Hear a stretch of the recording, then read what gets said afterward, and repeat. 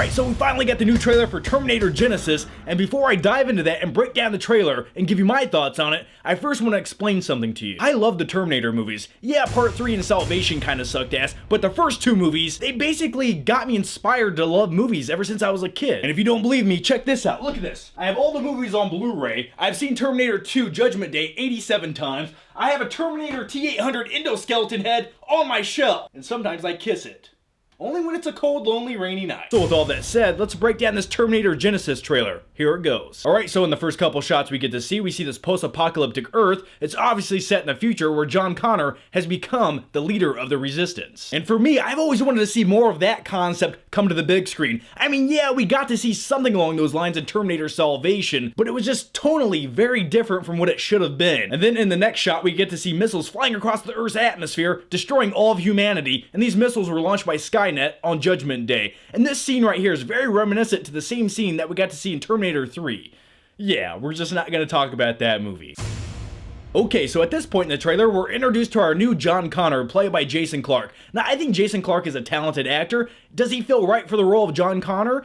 I wouldn't say so. I actually enjoyed Christian Bale's performance as John Connor. I mean, yeah, sure, the voice was a little bit raspy and reminiscent of Batman, but at least it didn't look like someone threw bologna at his face and said, yeah, these prosthetics look really good. Let's just use this. And also early on in the trailer, we're introduced to Daenerys Targaryen. Yeah, she's no longer just the mother of dragons, she's the mother of John Connor in this movie. Yeah, that's a Game of Thrones joke. If you haven't seen Game of Thrones, that made no sense to you. Let's just continue.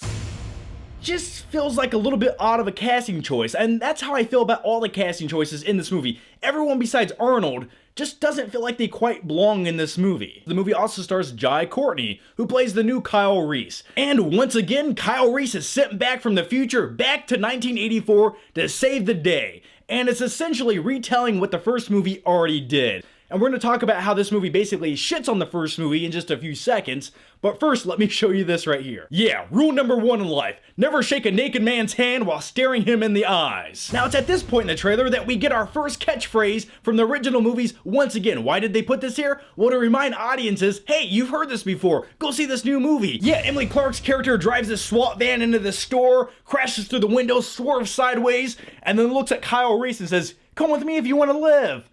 And it's just like, okay. They use all the good catchphrases in this one trailer, and it just feels like it was forced every time it did it. It almost felt like a parody when they were doing it. Because in Hollywood, originality is the key to success. That's a lie. That's not true. And speaking of originality, it's at this point in the trailer that we're introduced to the villain of the movie. Yeah, once again, it's the T-1000, the liquid metal badass, and he's a different actor this time around and a different Caucasian.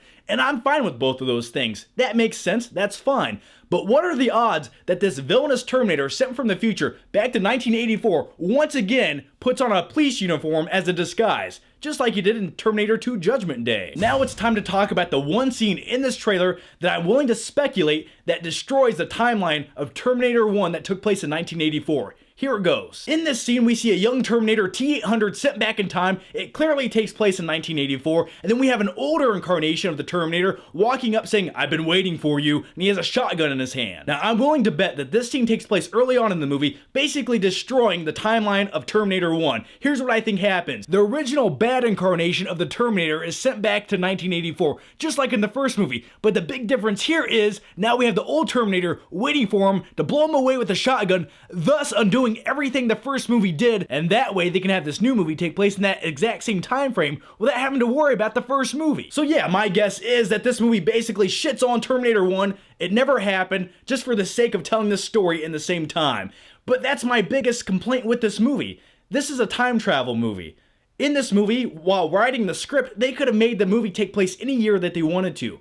Why did we have to go back to 1984 and rehash a story that we basically already had? This new Terminator movie just feels like that typical bloated Hollywood CGI fest that just slapped together, and it's just like, here you guys go, and no one's going to remember this movie a year after it comes out. Now let's talk about some of the CGI effects in this movie. Now let me ask you this.